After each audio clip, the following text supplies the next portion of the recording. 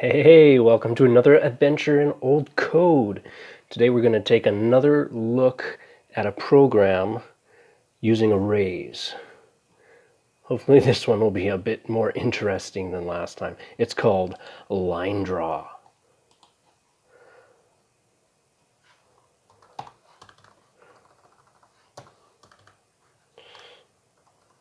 Okay, line draw. Here we go. Let's do it. How many points? 31.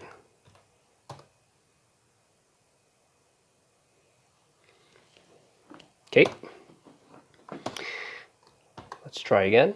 Max of 16,383. Where in the world did I get this number from? This is one less than a power of 2. Which power of 2? 10, 24 is 10, 11, 12, 13, 14. This is 2 to the power of the 14 minus 1. And I think this is probably the biggest number that could be an integer, perhaps. I'm not sure. I thought it was 32,767, but whatever. So we're going to pick something big here. Let's do 5,000. No, maybe we shouldn't go that high. Nah, why not? 5,000. Do it. So what I see here is it's probably drawing 5,000 points. And I suspect it's going to draw a line from every point to every other point, cycling through the colors. Here we are at color 3. It's going to pick the 4th point after that and do red, and oh my goodness, this will take forever. Let's use our fancy new control scroll lock. Awesome. Okay, so I think if 100, that'll just do nice. Okay. Not much to this program, but I guess that is inherently why it's part of the dumb folder. So it'll draw, and it'll just keep cycling through the colors. Okay, let's have a look. Random number generator, randomized timer, screen 12. Perfect. Do input how many points? And we just keep asking. We loop until we're in the range less than or equal to 16,383 and greater than 0.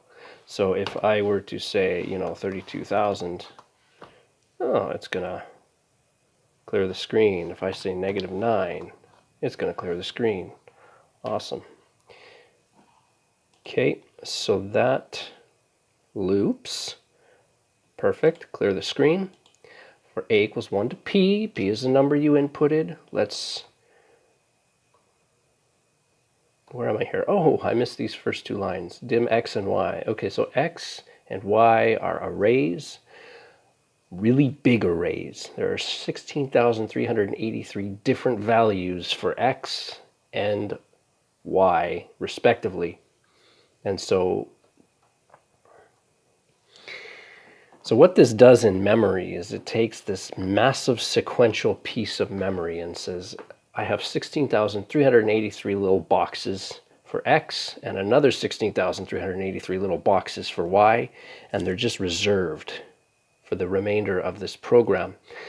And when I go and say, input the number, say 100 into p, I then only end up using the first 100 boxes. So the other 16,283 boxes are not used whatsoever. And so it's a big, massive waste of space. What I probably should have done is asked for the number first and then used that number to declare the size of my array.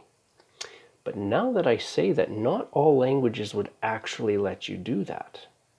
So let's do an experiment before we continue. I'm going to try to create an array of size determined by something I input. So let's see. Input size of array, and put that into A. Put that into size, and then I will dim X to be the size. We'll make them integers. For A equals 1 to size, let's just set X of A equals to A, next A, and then for A equals 1 to size, we'll just print X of A, and next A. So this, if this works, it means you can actually create, they're not dynamic arrays, they're not going to change their size while running, but you don't have to hard code them with an actual integer value when you write the program. You can let the program decide for itself how big it wants the array to be. Let's just see if it works. Let's say 6. 1, 2, 3, 4, 5, 6. So indeed you can do this. The only thing is you need to put something into that variable before your declaration of that array. Okay. Anyway, I did not know that back in the day. I know that now, but anyway, so we could have done that, but now we're being inefficient and wasting all that space. Awesome. Why not? Okay, so we've inputted a number p, and for a equals 1 to p, xa, we're going to generate a random coordinate, and we're going to put a dot there. Okay, but now we have the x and y coordinates stored for each point, and then we're going to go from 1 to p again, and c, I guess it will be the color, c equals c plus 1. It was 0 because we've never seen it before. Now it's 1. If c equals 16 and c equals 1, we've seen that before. So it's going to keep cycling 1 to 16, 1 to 16, 1 to 16. Now, so for each dot, we're going to loop through all the other dots and draw a line from myself to the other one. For this outer loop,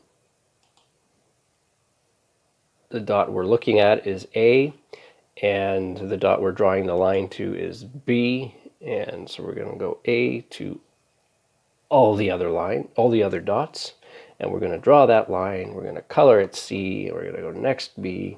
The upshot of all this is each dot not only gets connected to all the other dots by a line, it will also get connected to itself, but it'll just be a dot, and you won't notice anything. So awesome. Okay, next A, and then we wait until we get a key input at the end. That's it. Okay. What else can I say about this? This y 16,383, 1 less than the power of 2. I imagine, see, these are singles. I think, well, let's try it out. Oh, you know why?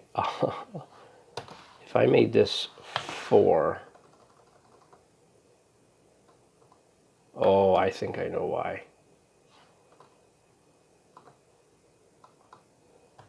And I will tell you, subscript out of range.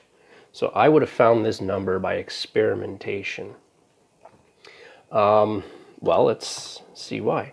An array was referenced with a subscript that was outside the dimensions of the array. You may also get this error if the array size exceeds 64K, the array is not dynamic, and the AH option was not used. You can either reduce the size of the array or make the array dynamic. Okay, apparently you can have dynamic arrays in QBasic, and I did not know this until right this moment.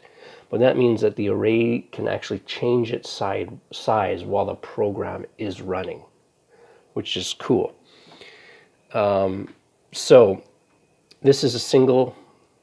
These are singles, and each single I want to say maybe takes 4 bytes, 8 bytes to store one of these values, and I want 16,384 of them.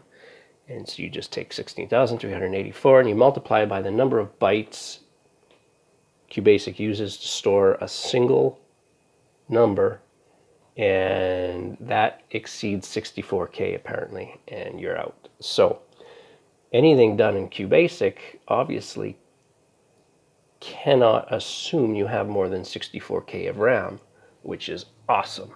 Why is that awesome? Because it's old school. Everything you do had to have a 64K limit, I guess. Anyway, that's why I would have chosen 16,383. I probably just tried to make it as big as I could go, and that's how big QBasic will let you go. Perfect. Okay, thanks for joining me in this adventure in old code. Have a nice day, and we'll see you next time.